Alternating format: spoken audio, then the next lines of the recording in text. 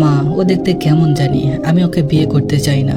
আম্মু বললেন, সে তো তোমার কাজিন আর তোমাকে ভালোবাসে, তাহলে কেন তুমি তাকে বিয়ে করতে চাও না? আমি বললাম, ওর না কাপড় পরার তেমন আদব আছে আর না কারোর সাথে ঠিকভাবে কথা বলার জ্ঞান, আমি ওকে বিয়ে করতে পারবো না। আম্মু বলল, মায়া, তবুও বিয়ে করতে হবে, তুমি রাজি হও বা না হও।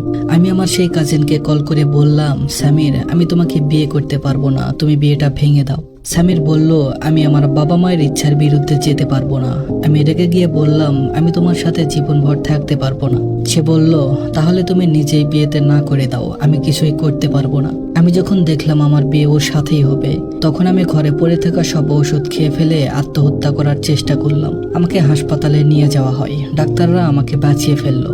আমি আমার আম্মুর সামনে হাত জোড় করে বললাম, আম্মু দয়া করো, আমি ওই মূর্খ মানুষটার সাথে সারা জীবন থাকতে পারবো না। আম্মু বলল, শোনো, আমরা সবাই জানি সে কেমন, সে একটু কম পড়াশোনা করেছে তো কি হয়েছে, কিন্তু সামির অনেক ভালো ছেলে। অবশেষে আমার না চাওয়া সত্ত্বেও তার সাথে আমার বিয়ে হয়।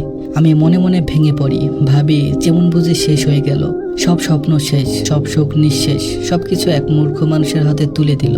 বিয়ের প্রথম রাত আমি সামিরকে বললাম, তুমি তো আমার সাথে বিয়ে করতে চেয়েছিলে, বিয়ে হয়েছে ঠিকই, কিন্তু আমার কাছ থেকে দূরে থেকো। সামির হেসে বলল, মায়া, তুমি রেগে যাচ্ছ কেন? আমি বললাম, তুমি আমার জীবন শেষ করে দিয়েছ।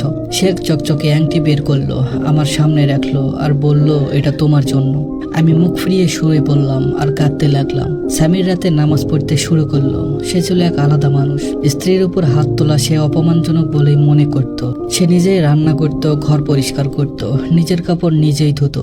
সামির বেশি স্মার্ট ছিল না, বেশি পড়ালেখাও জানতো না, কিন্তু আমি ছিলাম মডার্ন মেয়ে, তাই আমার ওকে কল্পনা করতেও কষ্ট হতো। সামির সকালে উঠে আমার কপালে একটা চুমু দিয়ে সব কাজ করত, আর আমার রাগ হতো, এই ছেলে আমাকে ইমপ্রেস করার জন্য এগুলো করছে। কিন্তু আমি যখন ওর হাতের রান্না খেতাম তখন অবাক হতাম, এত সুন্দর রান্না। সামির রাতে কাজ শেষ করে এসে রান্না করত, কখনো আমাকে কিছু বলেনি। সে রান্না করে আমাকে খেতে দিয়ে নিজে খেয়ে ঘুমিয়ে পড়তো। আমি হয়তো পাথর হয়ে গিয়েছিলাম, আমার মনে হয়তো কোনো মায়া দয়া ছিল না। এভাবে 1 বছর কেটে যায়। আমার মনে হতে থাকে, এই মূর্খ মানুষটা আমার গলায় ঝুলে গেছে। তবে সামির একদিন আমায় বলল, আমি মেয়েদের গায়ে হাত তুলি না, এটা আমার শিক্ষাতে নেই। তবে তুমি নিজের খেয়াল রেখো, দেখো শরীরের অবস্থা কি করেছো, চুলের দিকে তাকিয়ে দেখো কেমন রুক্ষ হয়ে গেছে। আমার চুলের এই অবস্থা দেখে সে তেল নিয়ে আমার মাথায় তেল দিতে আসে, কিন্তু আমি তাকে ঝাড়ি দিয়ে উঠে যাই। আমি বলি, তুমি কোন সাহসে আমার মাথায় হাত দিয়েছো? আমি যখন ওকে ধাক্কা দেই তখন তেলটা ওর গায়ের উপর পড়ে যায়। আমি উঠে চলে যাওয়ার সময় সে আমার হাত ধরে হাসি মুখে বলে, মায়া, আমি তোমাকে এভাবে দেখতে পারবো না। সে আমার মাথায় তেল দিয়ে মাথা ম্যাসেজ করে দিয়ে বললে, যাও শাকচুন্নি, গোসল করে আসো, আর তোমার ওই নীল শাড়িটা পরো, আমি তোমার জন্য তোমার পছন্দের বিরিয়ানি রান্না করছি। আমি আমার একটা বান্ধবীকে ফোন করে বললাম, সামির আমাকে কিছুই বলে না, সে নিজেই সবকিছু করে আর আমার অনেক খেয়াল রাখে। আমার বান্ধবী আমাকে বলল, মায়া, সে ভালো মানুষ, তার কদর কর, তুই ভাগ্যবতী, এমন স্বামী পেয়েছিস তুই। কথা বলতে বলতে ডাইনিং রুম থেকে সামির বলল, জাহাপানা, বিরিয়ানি তৈরি, খেয়ে নাও। বিরিয়ানির গন্ধে পুরো ঘর মোমো করতে লাগলো। ওর বিরিয়ানির স্বাদ এত সুস্বাদু ছিল যে আমি অমন বিরিয়ানি কখনো খাইনি। খাওয়া শেষে আমি রুমে চলে আসি, কিন্তু সামির ময়লা বাসন প্লেট এগুলো ধুয়ে রুমে আসে। মুখ দেখে বোঝাই যাচ্ছিল সে অনেক ক্লান্ত। সকালে ঘুম থেকে আমাকে ডেকে বলে, মায়া আমার জান, সকালের নাস্তা তৈরি করে আছে, ফ্রেশ হয়ে খেয়ে নিও, আর আমি আজ ফেরার সময় তোমার জন্য উপহার নিয়ে আসবো। সন্ধ্যায় যখন সামির বাসায় আসলো তখন ওর হাতে লাল একটা গোলাপ ছিল। সন্ধ্যার সময় আমি বাইরে বসেছিলাম, হালকা আলো ছিল। সামির আমার সামনে এসে হাঁটু নিচু করে বসে আমাকে গোলাপ দিয়ে বলল, হ্যাপি বার্থডে মায়া। আমি অবাক হয়ে বললাম, তুমি কিভাবে জানো আজকে আমার জন্মদিন?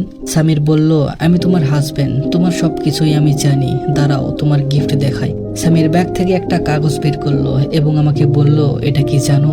এটা আমাদের খুশি, আমি একটা নতুন বাড়ি কিনেছি, সেটা তোমার নামে। এটা শুনে আমি চেয়ারে বসে পড়ি, আমার চোখে পানি চলে আসে।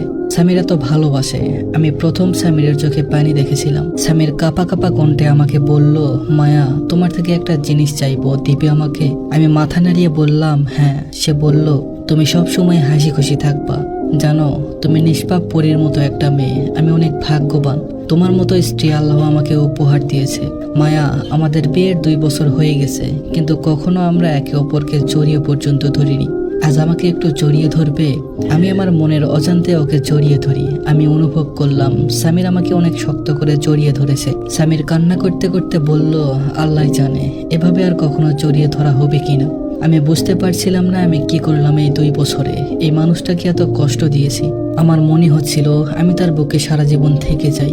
2 বছর আমি তাকে ইগনোর করেছি, কিন্তু সে আমাকে তারপরেও চেয়েছে। আমি রাতে ভাবতে থাকি কাল সকালে আমি নিজেই ওর জন্য নাস্তা বানাবো। পরের দিন সকালে উঠে আমি সামিরের জন্য নাস্তা বানাই। অনেকক্ষণ সময় যাওয়ার পর আমি সামিরকে ডাকতে যাই, কিন্তু ও ঘুমাচ্ছে দেখে আমি ভাবি আর কিছুক্ষণ পরে ডাকবো। অনেকক্ষণ পর আমি ভালোবাসা নিয়ে তাকে ডাকি এবং বলতে থাকি, সামির ওঠো, দেখো আমি আজকে তোমার জন্য মজাদার নাস্তা বানিয়েছি। কিন্তু সামির কথা গায়ে দিয়ে ঘুমাচ্ছিল। আমি ওর কাছে গিয়ে দেখলাম বিছানায় রক্ত, ওর মুখ থেকে রক্ত পড়ছে। আমি চিল্লায়ে কান্নাকাটি করতে শুরু করলাম, বলতে থাকলাম, সামির ওঠো, কি হয়েছে তোমার, উঠে যাও না প্লিজ। প্রতিবেশীরা সবাই এসে পড়লো, হাসপাতালে নেওয়া হলো। ডাক্তার বলল সামিরের ব্লাড ক্যান্সার ছিল 1.5 বছর ধরে, সে কাউকে বলেনি। সবাইকে হাসি দিয়ে সব আড়াল করত। সে বলতো আমার কেউ নেই যে আমার জন্য অপেক্ষা করবে। সামির একাকী ছিল। আমি কাঁদতে কাঁদতে বললাম, সামির আমাকে মাফ করে দাও, আমি পাগল হয়ে গিয়েছিলাম, তুমি চলে যেও না, আমি তোমাকে ছাড়া বাঁচতে পারবো না। কিন্তু সামির চিরতরে চলে গেছে তার নিঃসঙ্গ ভালোবাসা রেখে। কখনো কারো ভালোবাসা নিয়ে খেলা করবেন না। কারো ভালোবাসাকে অবহেলা করে তাকে এমন অবস্থায় ঠেলে দিবেন না যেখানে সে বেঁচে থাকতে না চায়। যখন কেউ জীবনে থাকে তখনই তার কদর করো, পরে কান্না করেও কিছু হবে না।